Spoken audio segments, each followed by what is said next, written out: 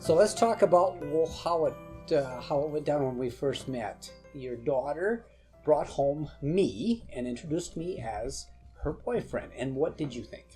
Well, I was really anxious to meet her boyfriend, and I said, well, Larry, what do you do? And he said, I play guitar. And I thought, oh, that's good, but where do you play? In bars. And that struck me a little wrong. But little did I know he was also an alcoholic.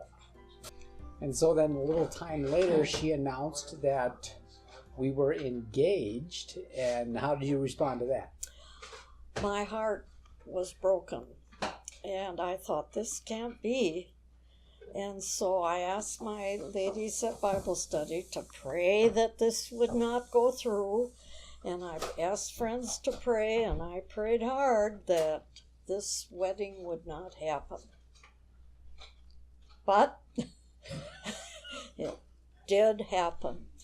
And so I tried to go along with it. My daughter was wearing my wedding dress, and there was a little misfortune on my part. Before the wedding, I got tangled up in my dog's run rope and fell and fractured my back. 1 week before the wedding, you broke your back. I did. No, there are those of us that thought that you might have done that on purpose in order to stop the wedding. Well, no, I really didn't. So your daughter married this guy who was arrogant and rude and obnoxious and alcoholic. But then we were pregnant with our first child. Yes, and my first grandchild. So I went with them to see one of the last ultrasounds. Yes, we were 8 months pregnant at the time, so we were just before he was born. And they kept coming in and out and in and out and in and out. And finally, Larry asked, is there something wrong? And we're told that this baby had a diaphragmatic hernia, very serious. And this was 27 years ago, and they didn't have the modern way of caring for it. And so this baby had about a 25% chance of surviving. Yep, that's what they announced to this young couple.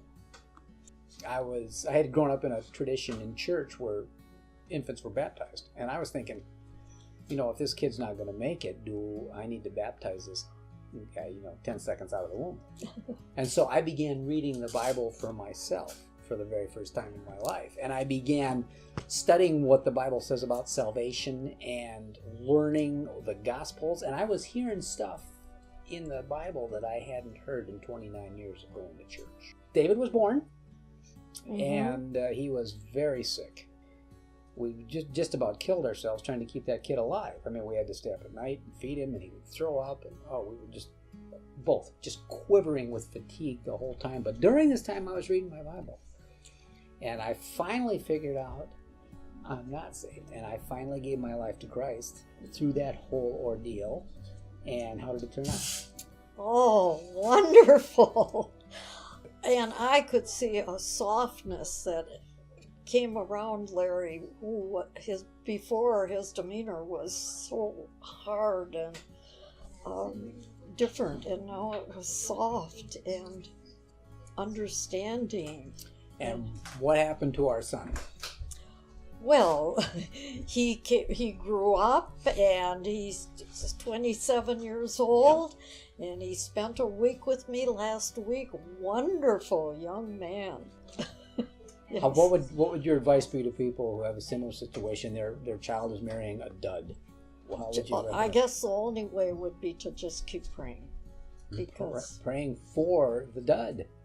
Yes, of course. So your daughter married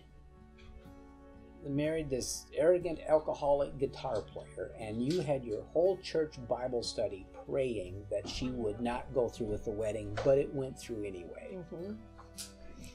Which goes to show that God's way of thinking is far beyond what we can ever imagine.